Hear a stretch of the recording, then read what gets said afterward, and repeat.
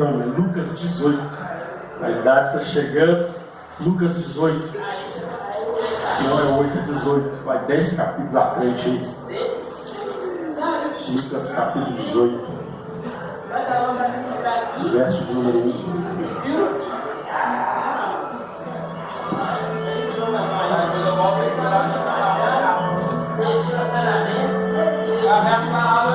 Tá bem?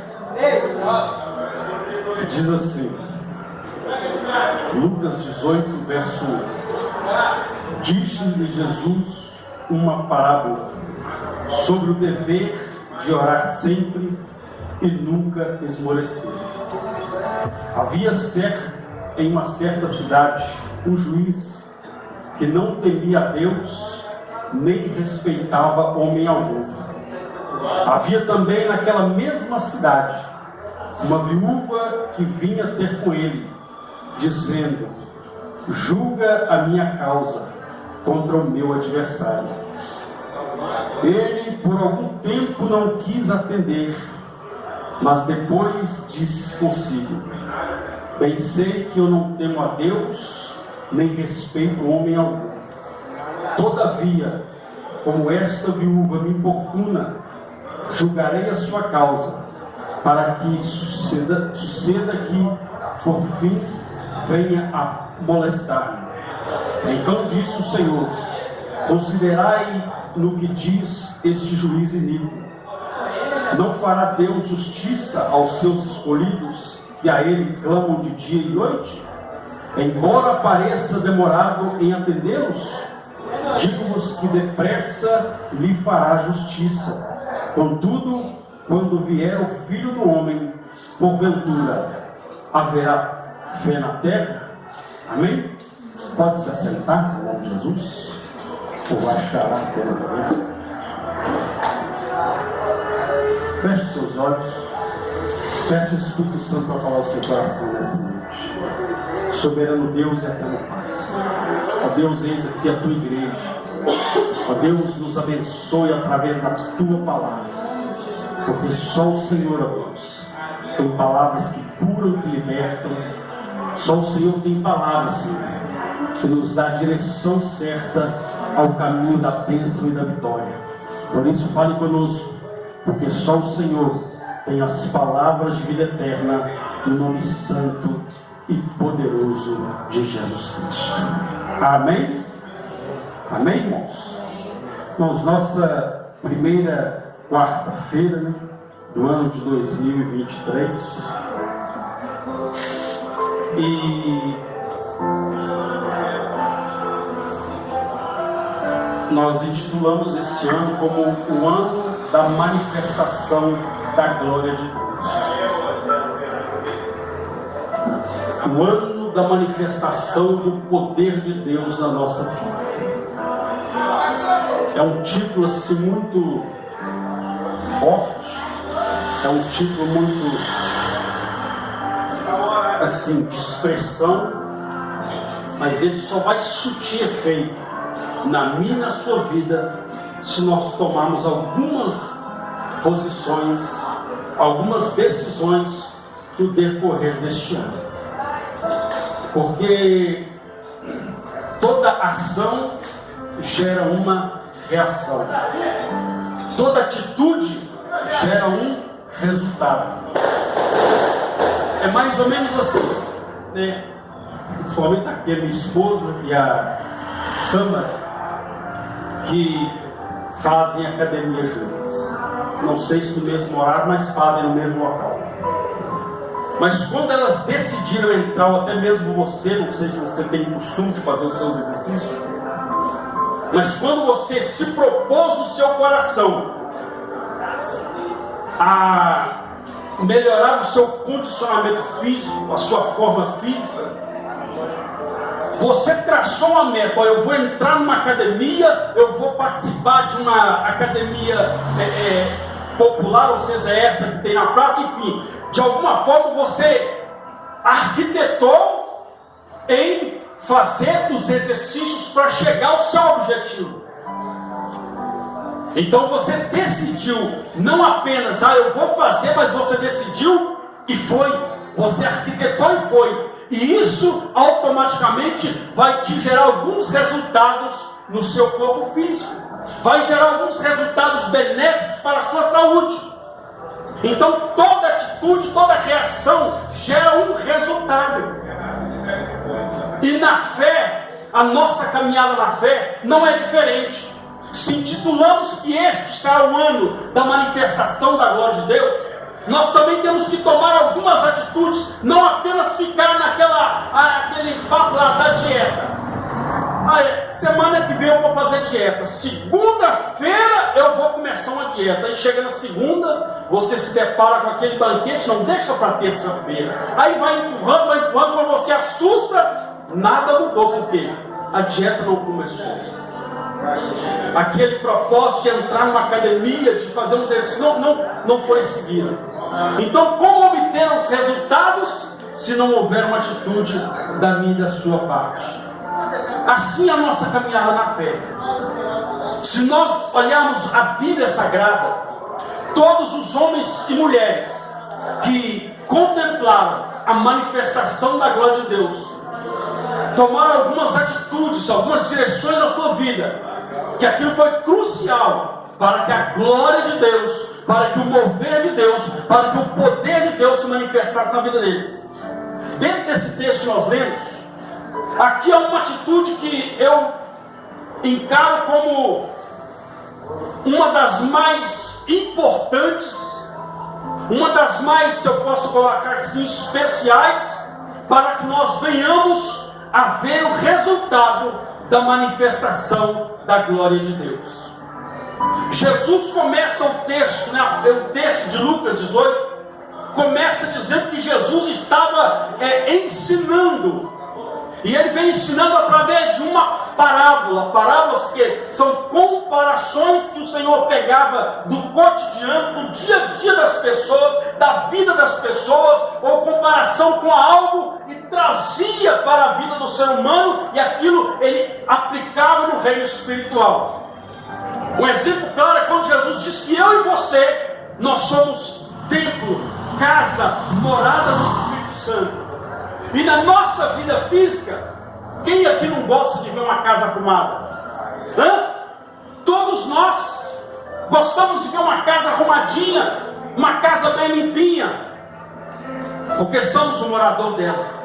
Então Jesus vem trazer essa parábola, esse meio de ensinar, que é um meio de ensino, né? Eu quero parafrasear quando ele diz que nós somos casa, ou seja, se na vida pessoal nós gostamos de ver uma casa arrumada, Jesus também não quer ver a nossa vida como uma casa toda bagunçada, uma vida espiritual toda bagunçada, sem nenhuma direção de Deus, sem nenhuma orientação de Deus, para que a nossa vida, a nossa casa espiritual, que é templo e morada do Espírito Santo, Deus não quer uma casa espiritual bagunçada.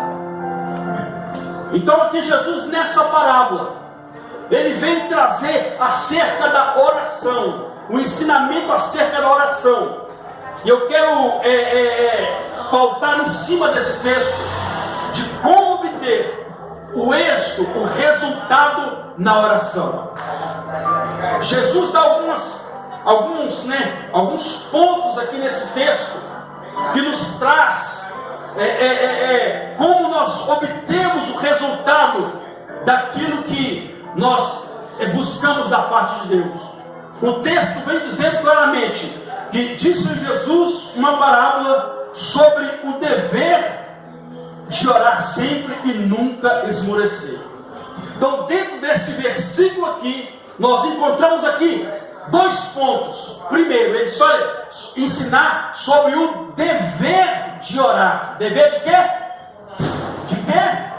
Orar. Então, entenda uma coisa, que a oração é um dever de todo cristão. Então, se nós queremos ver a manifestação da glória de Deus, nós temos que manter o hábito da oração.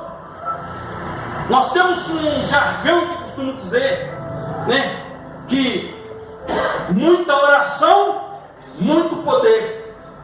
Pouca oração, pouco poder. E nenhuma oração, nenhum poder.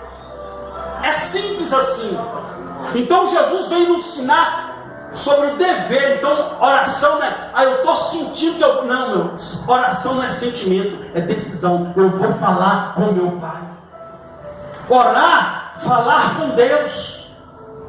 É o exemplo que eu gosto sempre de dar. A pessoa que não ora, ela tem Deus como um estranho na sua vida. Porque o conselho que você dá para o seu filho quando ele é pequeno é: não converse com pessoas estranhas. Orar é conversar com Deus. Então, se você não conversa com Deus, você tem Deus como um estranho na sua vida. Então, orar, conversar com Deus, temos que ter este hábito. A Bíblia diz: orai sem cessar. A Bíblia diz que Jesus então vem ensinando eles através dessa palavra. Por quê? Porque a própria Bíblia diz que nós não sabemos como orar, mas o Espírito Santo nos ensina, o Espírito Santo nos direciona. Mas para que isso aconteça, nós temos que dar o primeiro passo. Nós temos que criar esse hábito. Nós temos que criar esse hábito até ficarmos impregnados, até nos habituarmos ao ato da oração. Mas é importante que nós oremos, que começamos a orar. Aí Jesus vem ensinando sobre o dever de orar. Então, orar, se der eu oro. Então, se der também Deus te atende. A resposta é essa. Talvez eu oro. Então, talvez Deus vai te abençoar. Então, oração é um dever. Está dizendo sobre o dever de orar. Então, o primeiro passo, nós temos que desenvolver o hábito da oração. Nós temos que viver uma vida de oração. Porque a oração, entenda uma coisa: a oração é a ligação que eu e você temos com Deus nessa terra. No passado, meu irmão, se não fosse Jesus na cruz do Calvário, hoje nós teríamos que relatar as nossas pendências a alguém, e essa pessoa automaticamente, entre aspas, levaria para Deus. Era assim que era na época. O povo levava para o sacerdote, levava para um representante legal de Deus, e ali então falava com Deus, e Deus enviava a resposta. Deus enviava a resposta e muitas vezes o perdão do pecado daquele povo, que o sacerdote, o sumo sacerdote, tinha a incumbência de levar as orações, de levar ali as causas do povo diante de Deus. Mas quando Jesus foi na cruz do Calvário, a Bíblia diz que o véu se rasgou de alto a baixo, e hoje nós temos livre acesso ao coração do Pai. Hoje nós temos livre acesso ao trono da graça de Deus. Então hoje você pode falar com Deus como você fala com o seu próximo, como você fala com o seu pai, com a sua mãe. Mas o problema é esse: às vezes a pessoa tem facilidade para conversar com todo mundo, fulano com Beltrano, mas na hora que é para falar com Deus, ele não se abre. Então é algo que precisa ser corrigido. Porque se eu tenho facilidade, se eu tenho a desenvoltura para me associar com as pessoas, para falar com as pessoas que às vezes se comunicam comigo, e eu não comunico com meu Deus, então tem algo, um sinal de alerta está ligado. Porque se eu tenho facilidade, se eu tenho momentos de conversa com alguém, se eu muitas vezes fico ali no meu celular, ou muitas vezes até altas horas, falando com alguém,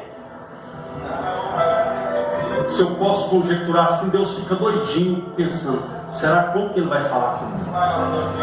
Ele já falou com o Beltrano, já falou com o Ciclano, já apresentou o problema dele para fulano, para Beltrano, já falou da vida dele e para mim? E eu que sou o Deus dele?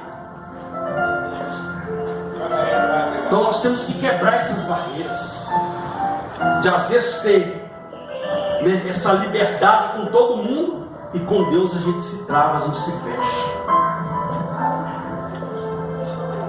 Segundo, ele diz que ensinar sobre o dever de orar e nunca esmorecer. Ou seja, ele está falando que na oração tem que haver perseverança da minha e da sua parte. A Bíblia diz claramente no livro de Mateus, capítulo 7: batei, batei, e abrir-se-vos-á. Pedir e dar-se-vos-á. Então tem que haver essa oração, tem que haver perseverança. Às vezes a pessoa diz, mas eu estou cansado de orar. Meu irmão, não pare, não pare. Entenda uma coisa, a sua perseverança mostra o tamanho da sua fé. A sua perseverança mostra o tamanho da sua crise diante do seu Deus. Perseverança.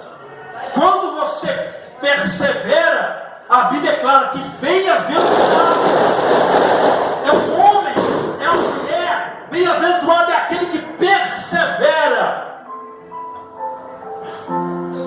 E a Bíblia continua dizendo, ele fala que no final ele receberá a coroa da vitória, ou seja, a oração tem resposta de Deus.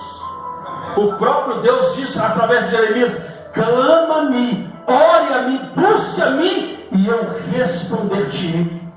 Então não pare de orar, não pare. Às vezes a gente pensa, não, mas será que Deus não tem será, meu irmão? Deus está ouvindo, porque Ele é um Deus vivo.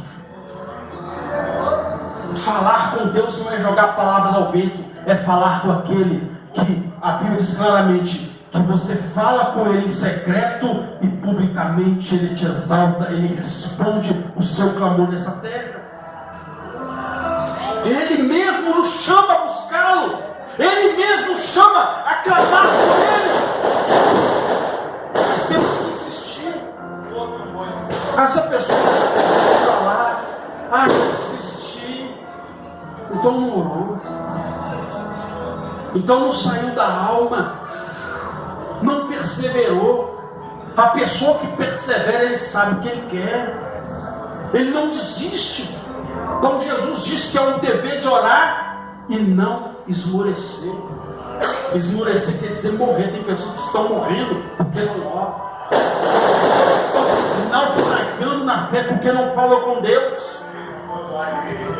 É verdade, meu irmão, que tem momentos que parece que as palavras somem, só resta lágrimas. Mas a Bíblia diz que Ana, ela orou ao Senhor dessa forma. Ela começou a falar com Deus, ela foi falando, ela foi clamando, ela foi pedindo, ela foi orando. E a Bíblia chegou um momento que não tinha nem mais palavras, ela apenas bocejava e as lágrimas desciam no seu rosto, a ponto do sacerdote olhar para ela: mulher, por que você está embriagada uma hora dessa? Aparta de ti esse vinho. Ela disse: não, meu Senhor, a tua serva não está embriagada, eu tenho derramado a minha alma diante do Senhor até agora. E a Bíblia diz que Deus então atendeu o clamor de Ana, porque ela perseverou. Glória a Deus. Então não pare de orar. A Bíblia diz claramente então que Jesus continua dizendo, verso 7, ele diz assim: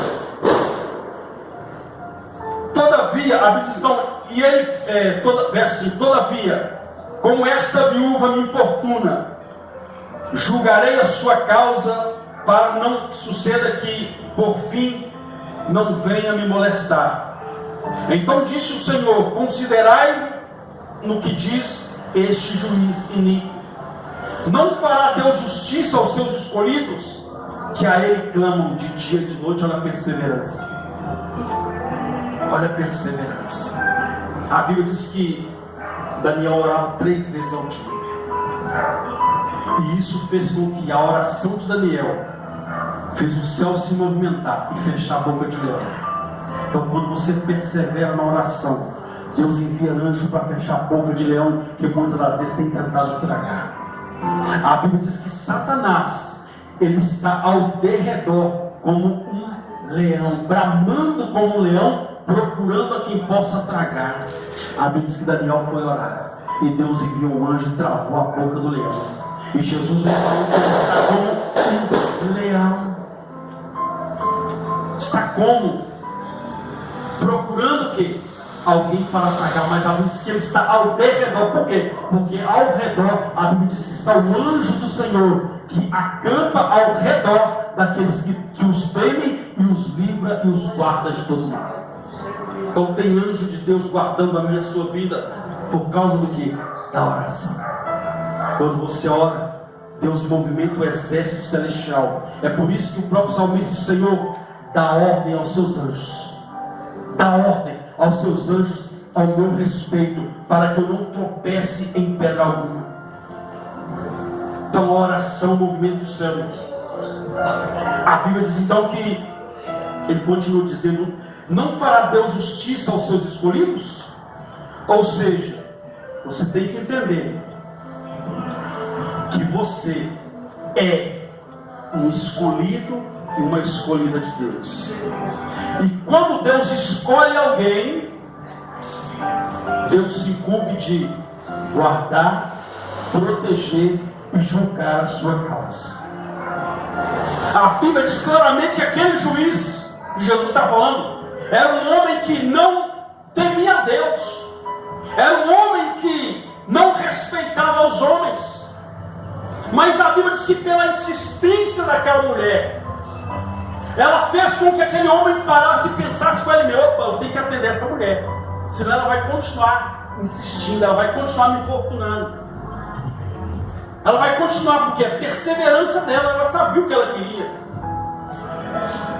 Então Jesus estava trazendo, fazendo essa comparação, que a própria Bíblia diz claramente: se vós, que sois maus, sabei dar boas coisas aos vossos filhos, quanto mais o vosso Pai vos dará aquilo que vos pedis. Então aquele homem, mesmo sendo mal, estava colocando, olha, ele mesmo sendo mal, ele atendeu aquela mulher. Sabe por quê, meu irmão? Porque quando você ora, Deus vai usar. Muitas vezes quem não está nem aí para ele, Deus vai usar para ser um canal de bênção na sua vida. Deus pode, meu irmão, e Deus faz. Vou contar uma historinha para você, uma historinha que você até conhece.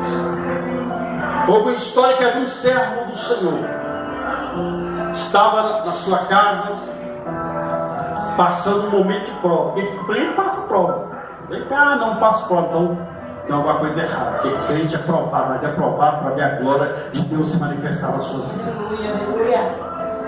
Então aquele crente ali, naquela prova, abriu o armário da sua casa, tudo vazio, a despensa vazia, desempregado, dobrou o joelho, começou a orar para Deus e viu socorro. Pela ótica humana, os irmãos da igreja tinham que ajudar o irmão que estava passando pela prova. Pela ótica humana, os irmãos da igreja tinham que se compadecer lá e ajudar o irmão. Mas tem situações, meu irmão, que Deus vai usar quem você menos espera. A Bíblia, a história diz então que o homem estava orando. De repente, batem na porta da casa dele. Quando abre, é uma pessoa com a cesta básica. Quando aquele homem olha e ele diz: olha, eu vim trazer isso aqui para você. Aquele homem então começou a se alegrar. Começou a se alegrar e dar glória a Deus. De repente, aquela pessoa que foi entregar falou: olha, mas você está se alegrando? Eu sou um macumbeiro. Sou um macumbeiro. Cadê os seus irmãos da igreja que não vieram te ajudar? Eu sou um macumbeiro. Aí que ele começou a dar glória a Deus mais ainda. Aí que ele começou a glorificar muito mais ainda. Aí de repente aquele macumbeiro começou: mas por que você continua se alegrando? Ele diz: porque o meu Deus é assim, quando ele dá ordem, até o inferno tem que obedecer, e a provisão de Deus vem sobre a minha vida. Porque Deus é poderoso, meu irmão. Deus é poderoso. Deus move o céu em favor daqueles que nele creem. A Bíblia diz então que Jesus está falando: olha, porventura o Senhor não fará justiça aos seus escolhidos, que a Ele clamam dia e noite. Aí ele estava dizendo claramente: nós temos que entender que eu e você não somos qualquer um. Você pode dizer isso para você, me diga: eu não sou. Aponta para você, me diga: eu não sou. Eu não sou qualquer um. qualquer um. Eu sou o escolhido de Deus. Escolhida de Deus. E se nós somos escolhidos, a Bíblia diz claramente que nós temos um advogado junto ao Pai. Advogado esse que nunca perdeu uma causa. Nunca perdeu uma causa. Então, na minha e na sua oração, você tem que entender, meu irmão, que você é um escolhido e escolhida de Deus. E que ao lado de Deus tem um advogado que ganha todas as causas. Ainda que o adversário, ainda que o acusador se levante, olha, ele pecou, ela pecou. O advogado entra, ele pode ter pecado, mas o meu sangue purificou de todo pecado. E por isso ele é justificado pelo meu sangue.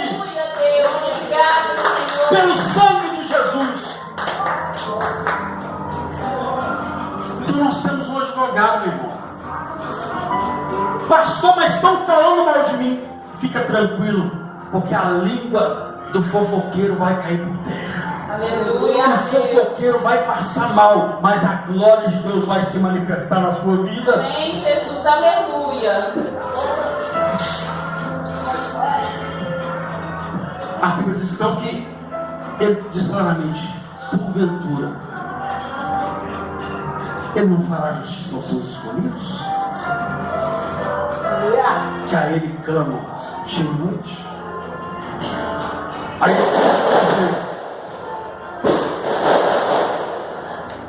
ele clama dia e noite. Embora pareça demorar, entendê-los, digo-vos que depressa lhes fará justiça.